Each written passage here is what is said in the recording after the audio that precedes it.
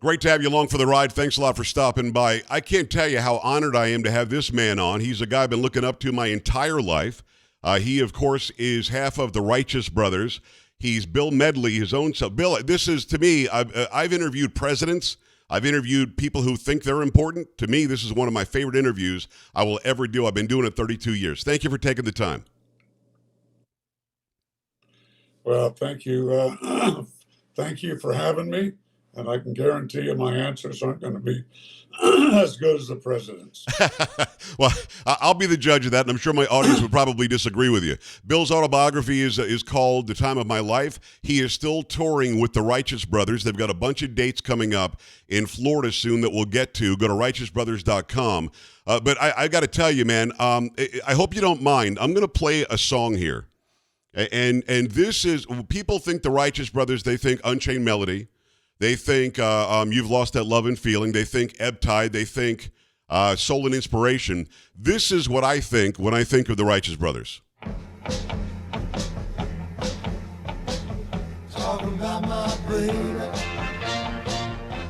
You, Bill Medley, almost caused an accident about 1 million times with my dad driving down the highway in New York City, in Long Island, really. I was 4 or 5 years old. That song would come on. His hands would get off the steering wheel.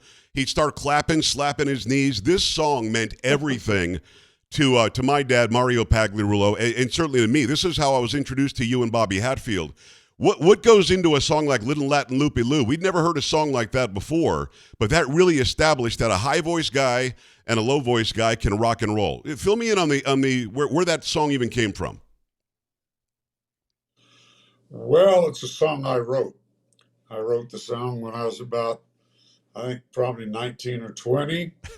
And, it was just, I just took all the things that I've kind of learned over the years and messing around with. And I dated a girl named Lupe, and I loved the title Little Latin Lupe Lou. Was fun to sing and kind of commercial. So nobody knows what goes into a hit record and how you make a hit record, or we would be doing it every day. Well, this to me was the kickoff that you can in fact do rock and roll, maybe some Mexican horns, some Latin horns in there. You've got a dance beat that people could dance to, and again, you got a guy with a deep, strong voice, a guy with a high, strong voice that I would never. I'm a musician too. I would never think to myself, let's get a really deep guy and a really high guy, and we'll have a hit song with it. I mean, did you know right away when you met Bobby Hatfield that this combination could work? Well, no. I mean, we were working in a regular little club, and a mutual friend of ours put us together, and we would sing in the club, and Bobby and I were just raised on the same kind of music, rhythm and blues. And truth is, my voice and Bobby's voice shouldn't go together. We're actually, it sounds like we're a quartet and the two middle guys quit. But and that's really kind of what it was. But because I had to reach higher and sing a little louder and scream a little louder, it just helped the momentum and of the song and what we were singing, because Bobby sang way up there, Right. And so it just it was something that should not work, probably hasn't worked since, and it just worked, and God, thank God. Thank God for us. I mean, honestly, without you and Bobby and the Righteous Brothers and Little Latin Lupe Lou for me, I don't really know what the face of music looks like today. And here's what I mean. Generation after generation gets to know Bill Medley and gets to understand what the heart of rock and roll in America is. Bill, was it the timing of it all? Because you grew up on gospel, sort of like Elvis did, just like Bobby did. And right at the right time, when you were hitting that right age, rock and roll started taking off. So you take what you learn in the church and you take the gospel music and you apply it to rock and roll, and again, maybe add some Latin flair, and suddenly you got something that I don't think anybody had heard before. You weren't emulating anybody. That was an original thing that I don't think anybody had heard before, and it still resonates 50, 60 years later. That's crazy. Well, it is nuts. It's wonderfully nuts, and I don't get it. And when Bobby was still alive, he passed away in '03. I mean, we were just stunned that our music was still being played and people wanted to hear it. And then at the end of the '80s, the movies came along, uh, Top Gun, Dirty Dancing, and Ghost, and it kind of kicked our career off all over again. And just a blessing. I mean, I guess if you made a movie on the Righteous Brothers, it wouldn't be very believable. Well, it wouldn't be, but thank God we've all lived it with you. It's Bill Medley, Rock and Roll Hall of Famer, half of the Righteous Brothers, a guy we've known since the early 1960s, and thank God your voice is still strong and you're still out there singing. They've got dates coming up in Fort Myers, Florida, Fort Lauderdale, Florida, Sarasota, the Villages again, and these are all happening in January. I know that you're adding a lot of dates in the Northeast as well that we can get into in a second. I interviewed Richard Sturban recently. Do you know Richard Sturban? Sure do. Yeah, he's the bass guy in the Oak Ridge Boys, and he toured with Elvis in the early Yep. 1970s. And I wanted to thank him and thank you because a guy like me, when I hit 13, my voice dropped, and I couldn't sing Elvis anymore. I certainly couldn't sing Unchained Melody by Bobby, but I could sing your parts, in the Righteous Brothers, and I could try to emulate what Richard Sturban was doing. Did you think there would be a place for people with deep voices like yours? You're either a bass or a deep baritone, but then you've got a good high range too. Did you think there would be a place in rock and roll for your voice? Well, not at the time. I'm sorry, I'm getting over a sinus thing. All good. We, when they first Phil Spector produced Love and Feeling, it was written by Barry and Cynthia, and when they played it for us, they played it in a much higher key, and I didn't experiment much with my lower voice Right. because it was rock and roll. Rock and roll was kind of like Little Richard and you know Chuck Berry and all those guys. Uh, Elvis was about the closest to being a baritone, and uh, so. But when we were recording or learning Love and Feeling, I couldn't. You lost that love and I couldn't get up to that high note, Right. and so they would lower it and lower it, and finally it became "You Never Close Your Eyes," which absolutely made it a whole different song and kind of exposed a whole different part of my voice and my range. And thank God that Barry Mann and Cynthia wrote a song with that was you know so rangy that I had to start low to get up to that high note. So no, it wasn't planned. Uh, it's like Loopy Lou. I don't use my baritone voice Right. much in Loopy Lou. I think at the end when we're screaming and yelling and doing all that stuff, I think Little Latin Loopy Lou. I Right. think I'm doing some of that, but no, it just no. It was listen. There was nothing commercial or Right. right about the Righteous Brothers. We were two white guys from Orange County singing rhythm and blues. Couldn't get our records played uh, because black stations knew we were white. Right. White white stations thought we were black. So it was the most uncommercial thing that you could do. And but somehow, some way, it fell through the crack. And then Love and Feeling came along and just really opened up the door, and been singing it ever since. Well, what an amazing time in our history because you guys, along with Elvis, and I put you in the same category, opened up black radio to white artists, white radio to black sounding artists. I know there are several black radio stations that when they saw Elvis started pulling the records off, and a lot of other stations when they heard that you guys were white, that changed the tune as well. But because of that, people like Little Richard and B.B. King and others started saying, well, hold on a second. These guys do have soul. Hold on a second. These guys can sing. Hold on a second. Who cares what they look like? Listen to this music. And Love and Feeling, and again, just coming from a fanboy, I'm a huge fan of yours, Bill, but also a musician and a guy who's been doing broadcasting a long time. if that song doesn't start as deep as it doesn't get as high as it does later. And I don't know if you're aware of this, but on YouTube, there are people rediscovering you today who had no idea who you were and assumed that the singers were black still today in 2021 America. And when they put the song on and they watch that video, that black and white video that starts in a silhouette of you and Bobby singing You've Lost That Love and Feeling, they can't believe what it is that you sound like. They can't believe the depth of your voice and the emotion in your voice and the baby, baby, I get down on my knees for you. And then when Bobby comes in, they're blown away again. So that combination had to be. I mean, there are people swooning in 2021, Bill Medley, to you at 24 or 25 years old singing that song for the first time on camera. Is that nuts to you? Can you believe that? No, listen, it's all nuts. None of it makes any sense. And thank God. But yeah, it just, I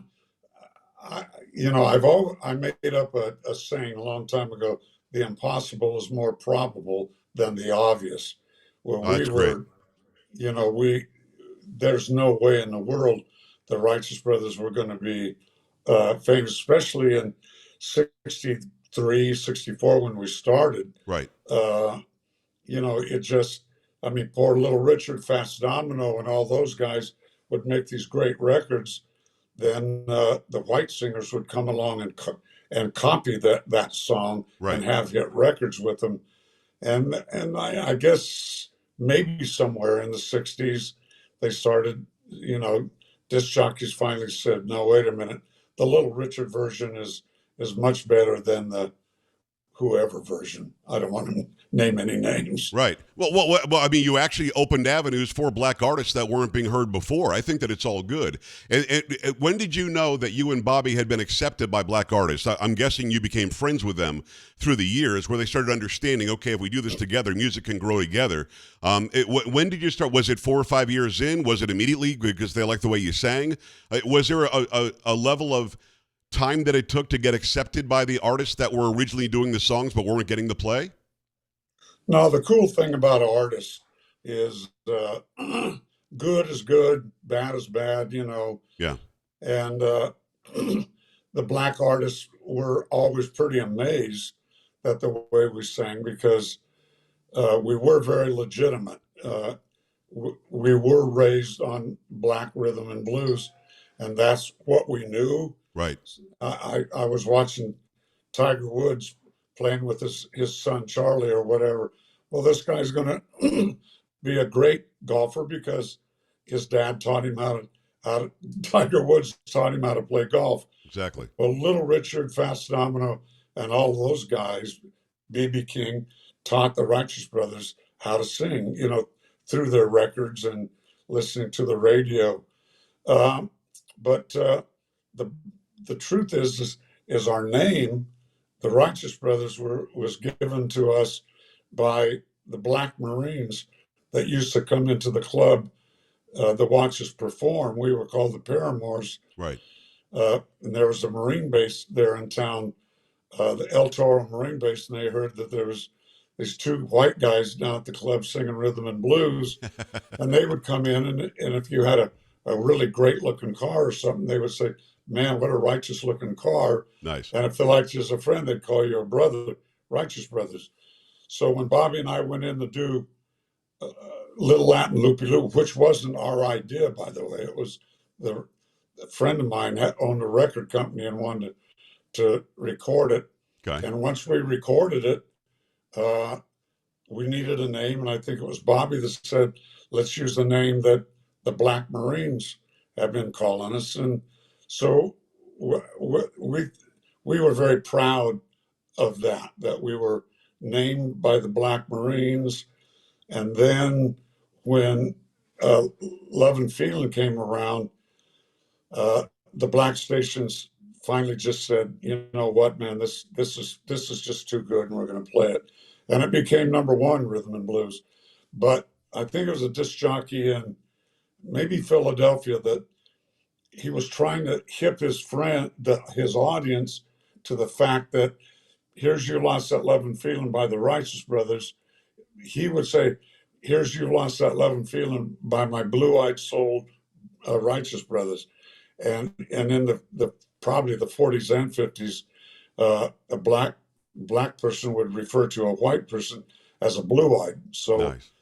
he called us blue-eyed, so hipping his audience to the fact that we were white. So, And coincidentally, you and Bobby both had blue eyes. and coincidentally, yes. It's Bill Medley, original Righteous Brother. Go to righteousbrothers.com and check out the dates. A ton of dates in Florida coming up in January. A ton of new dates in the Northeast, including New Jersey and the surrounding areas are coming up as well. I love spending this time with you. I want to talk about Love and Feeling for a second because you're a rock and roll guy. You're a gospel guy. When you heard the song, were you automatically on board? Let's do a slow song. Let's do a love song. Did you push back at all, or did it just make sense to you? No, it didn't make any sense. We loved the song, Right? but it didn't make any sense to us because we were coming out of Little Latin Lupe Lou, My Babe, Coco Joe, just real kind of hard driving rock and roll. And when they Phil and Barry Mann first sang the song to us, I said, "Man, what a great song for the Everly Brothers!" And Can you because imagine? Can you imagine if they had done it? oh boy, would I be mad! Well, it's I the know. most played record ever in American radio history. I mean, that's just a fact. It's the most play, and you hear it all the time still. So, I mean, when you record a song like that, Bill, do you think to yourself, we might be making history here, or do you think, nice song? Oh, nice song. Wow. Yeah, it's you just can't call it hit. I mean, we loved the song and we loved how it came out, but it was about 4 minutes long, and in '64 and '65, Yeah. it had to be about 2.5 minutes at the longest. Right. So there was no way it was that radio stations were going to play it because it was too loud. It was too long, and and in those days, certainly there wasn't a baritone singer singing lead on any record. So it sounded like the record was on the wrong speed because of my voice. That's true. But yeah, everything that was wrong with it made it right. Yeah. Made it kind of different, and so it, and I also think that it was kind of one of the first real dramatic love songs of losing love to come along in those days. Yeah. And I think young kids, boys and girls, really relate to it. It wasn't. It wasn't. It wasn't. It was just just a big, beautiful ballad. Yeah. Saying you never close your eyes anymore.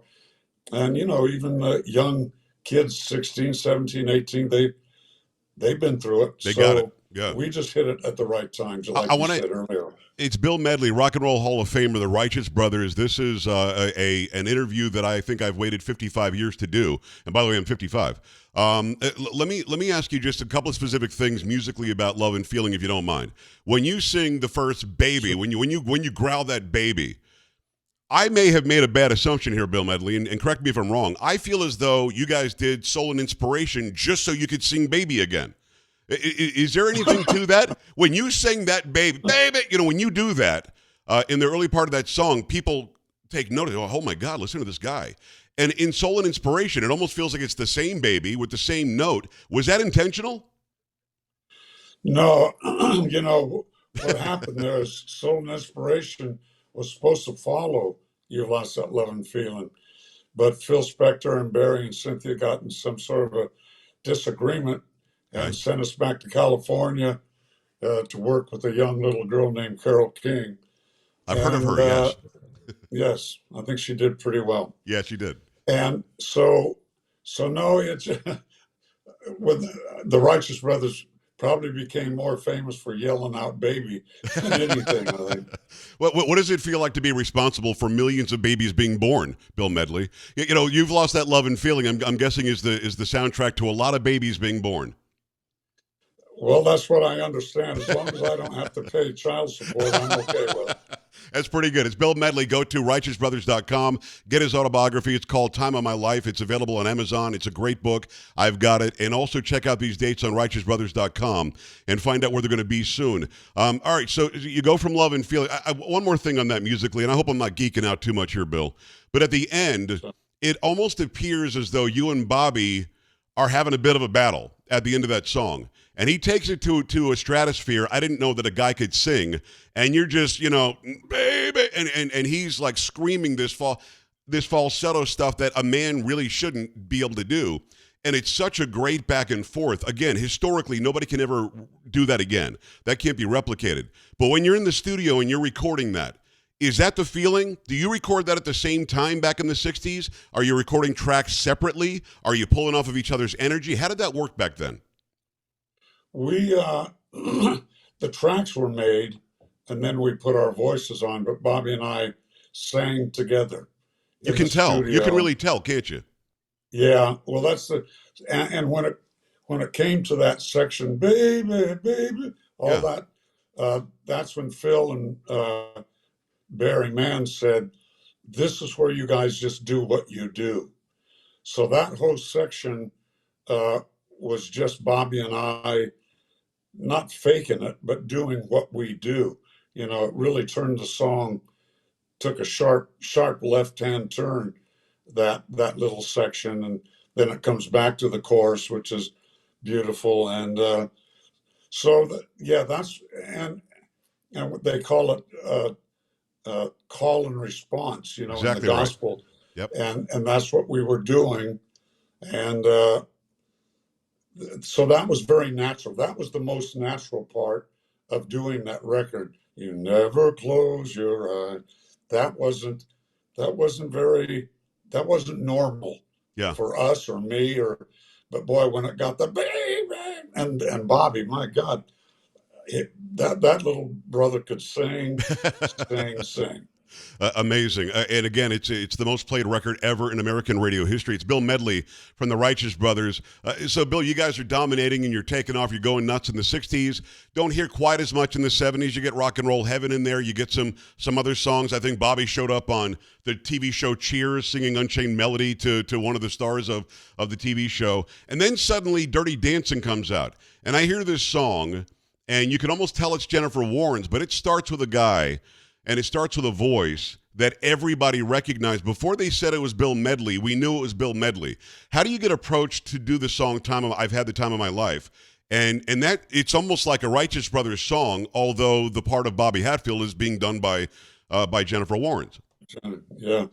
Well, they called me to do the song, and I said, no, I can't do it. My wife, Paula, is expecting our child pretty soon, and I promised her that I would be there.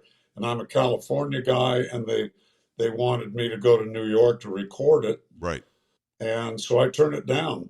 And I turned it down, I think, for about 3 months, and they would call me about every week and say, has Paula had the baby yet? And wow. So I just turned it down, and then Paula did have McKenna, who now is singing the song with me. She's amazing. Yeah, she's a great singer, and they said, "Listen, if you'll do the song, Jennifer Warnes wants to sing the song with you if she can do it with you." And she had just, I think, had that hit with Joe Cocker. Yeah, Up Where We Belong. Right. Belong. Yeah. And they kind of wanted my voice to kind of be the voice of Patrick Swayze, kind of low and a little meaty, and apparently it worked. Apparently. Now, Bill, you didn't suggest that they give it to the Everly Brothers, did you? I'm sorry, Joe.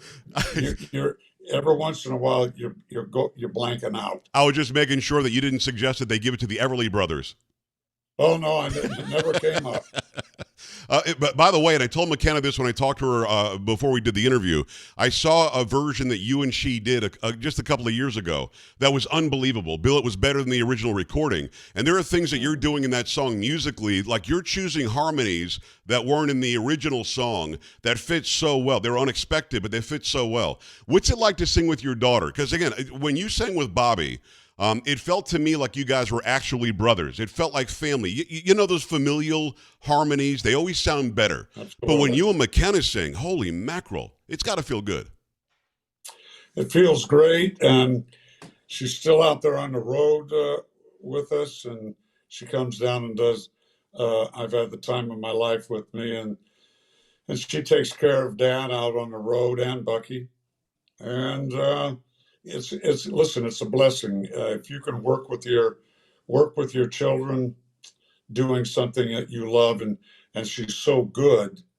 You know, I always find it kind of funny when I bring her down and I say, "This is my daughter." I know a lot of the audience is probably saying, "Oh man, we have to live through this. He's going to bring his kids up. Was she going to do somersaults or what?"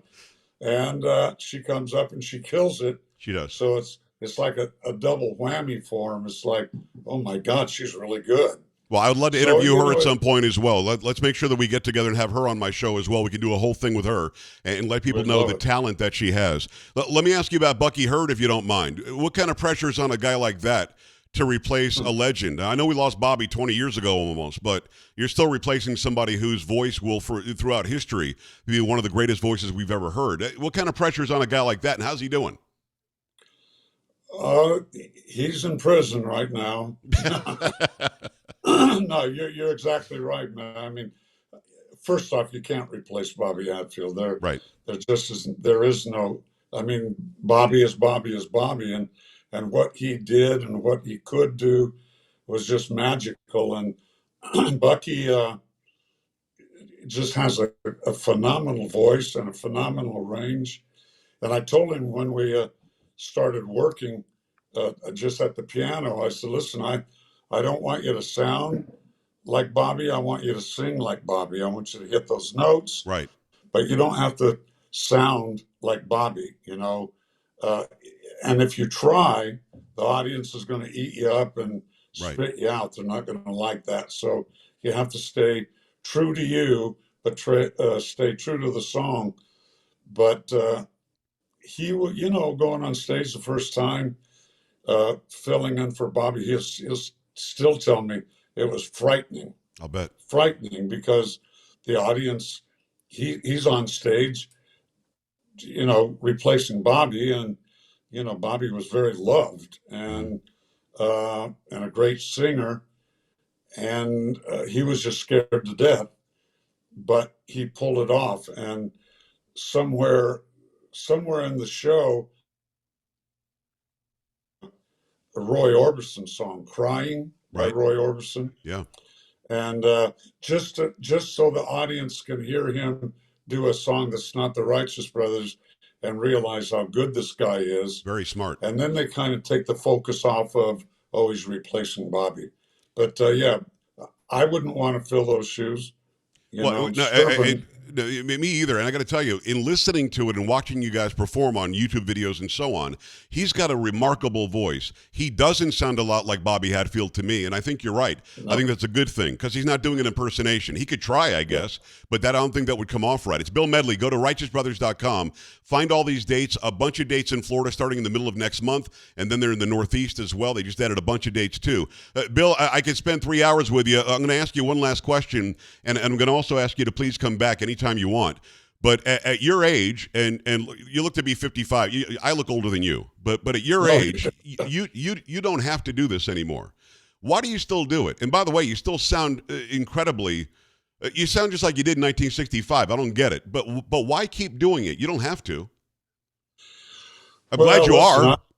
Yeah, I'm a one-trick pony. I sing. That's what I do.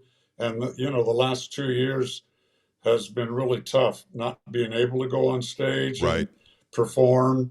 And listen, as long I've always said, as long as the audience is there, I'll be there. And you know, they'll have to drag me off with a cane, you know. But It's what I do. I love to do it. I'm out there with Bucky Hurd, who's a phenomenal singer and a great, great, great partner. And I'm out there with my daughter.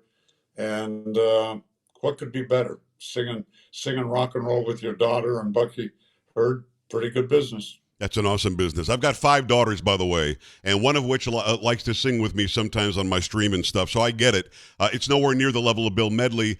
And I got to tell you, man, thank you so much. My memories of Latin Lupe Lou are they connect me to my dad, who I lost about 11 years ago at 69 years No, old. I'm sorry. So I mean, without your music, I don't have that specific memory when I was 3, 4, 5 years old. And you didn't know I had that memory, but there are millions just like me who have moments in time that you and Bobby Hatfield and everything that you've done have touched us, and they continue to. If you haven't checked it out yet, Bill, I urge you to go on YouTube and just put in Righteous Brothers First Reaction and see people who are 20 years old discovering Bill Medley and your incredible voice, and you're going to be blown away by how much they love you, and they weren't aware of you because they're so young. I mean, 5 generations now or something, Bill, have been moved by what you do, and I just want you to know how much we appreciate you. Well, listen, that's very sweet for you to say. And Bobby and I were blessed. I'm blessed to keep doing it. And I just when I thank the audience for being there tonight, or whenever we do a show, I really mean it, Yeah. because if they weren't there, we couldn't be there. Well, you owe us nothing compared to what we owe you. I got to be honest with you. Bill, thank you. I feel like this is an interview I've waited my whole life to do.